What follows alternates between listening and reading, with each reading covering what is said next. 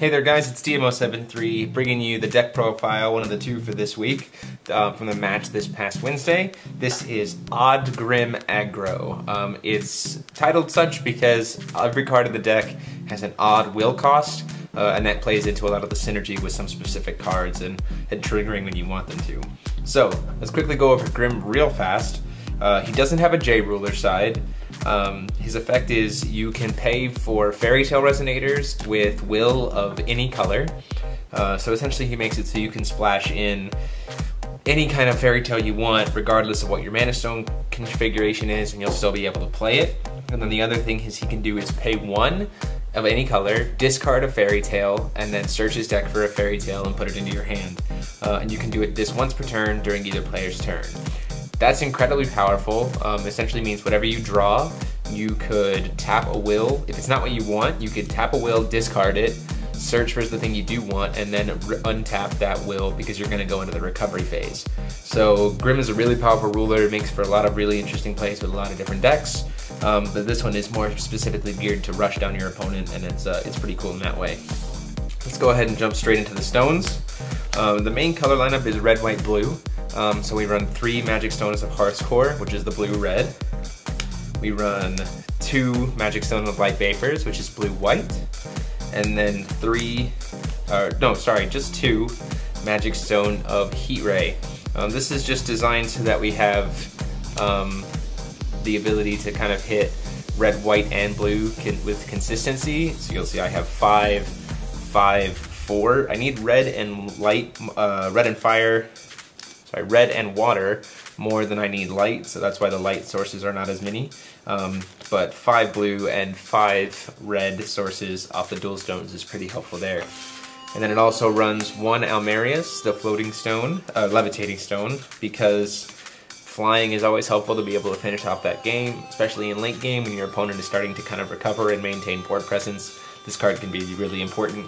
And then again, 1 more blue and 1 more red basic source, just to make sure that I always have this stuff set up for a lot of my spells instance that I need to kind of win the game and maintain the board state. Moving on to Resonators. It is a aggro deck with Fairy Tales, so we're going to run 4 Hunter and Black Forest. Pretty standard, 1 drop, swiftness for 300 damage. You're going to be throwing this guy out turn 1, turn 2, just to try to quickly swing in before your opponent can maintain a board presence and get that quick damage in. Then we have kind of basic draw engine, as we've talked before, the 4 Cheshire Cat. Really don't feel the need to go over these guys much more. Chump block, draws cards, replaceable, just good. Then the kind of Mad Tea Party part of this deck, we have Mad Hatter. Mad Hatter is kind of used in addition to Cheshire Cat. It's an extra draw engine because you can pay an extra blue when he comes into play in order to draw an extra card. And he has a 300/300 attack, unlike Cheshire Cat, which is a 0/200. So worst comes to worst, it's a 1 drop to be able to swing in. At best case scenario, it's a 2 drop that you can then use to draw cards and dig into your deck. So that's really good. And then the other half, the first reason why this deck is all odd is the March Hare. His effect means that every single time you attack, I have to reveal the top card of your deck, and if the cost is even of the card, then you're actually going to take the damage from the damage that March Hare would do. But if the card is odd, then your opponent will still take the damage. So essentially you make the entire deck odd so that March Hare will always deal damage to your opponent. And a 1-drop 500 is really, really good for that. Then, I mean, everything in this deck is a Fairy Tale, so why not run Tinkerbell? This card can get really big really quickly from gaining 200 attack for every single Fairy Tale on the board. So think about it, you have a board with 8 1-drops. Suddenly your Tinkerbell is a 16/16. Like, that's just crazy. And then this deck uses a lot of 1-drop spells, and we want to be able to grab those. So we run 4 Oz the Great Wizards, play him, search for a 1-drop spell, put it into your hand. Remember, it's only spells, it's not resonators or additions or anything, so that's key to remember. And also just a 3-drop 600/600 is also really good for, you know, being able to take out choice cards as needed. Then we run 1 Rapunzel just as another way to give something flying and kind of finish the game off, or, you know, pump 1 creature up really, really high if I have a huge board in order to win the game. nothing really to like talk about with that. And then the kind of control-y card is the 3 Hamlin's Pied Piper. Usually gonna hit this off a Fairy Tale. It's a 1k, locks creatures down to make room for my smaller creatures to swing in and do that extra damage.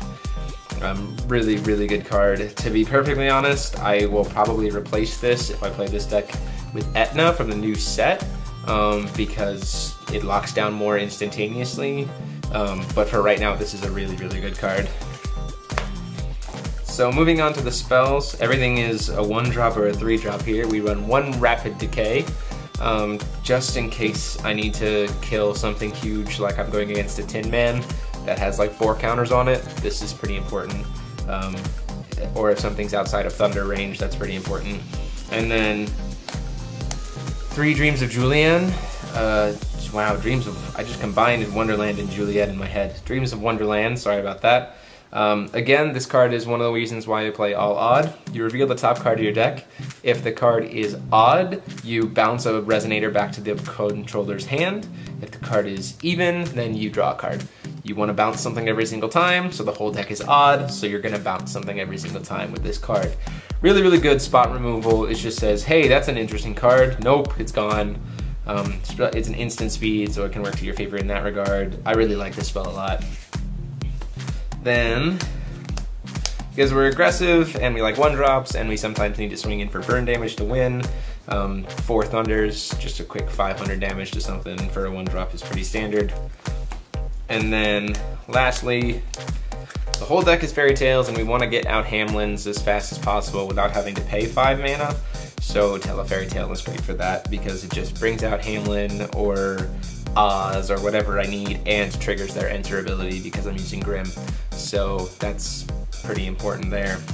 So yeah, that is the deck, guys. It's pretty straightforward, I know. I would definitely recommend you guys trying it out. It's a pretty cheap deck to make. You can always replace the Cheshire Cats with something else if you wanted to, I would think. And it's a really, really fun deck to play. I definitely really enjoyed revealing odd card after odd card to Nick and just messing with his head. So yeah, don't forget guys that as soon as the channel hits 150 subscribers, I'll be giving away a box of Moon Priestess Returns or Castle of Heaven and the 2 Towers. The winner will get to choose. So go ahead, subscribe, like, and comment down below with what decks you'd like to see in the future. And as always guys, this is DMO73 signing off.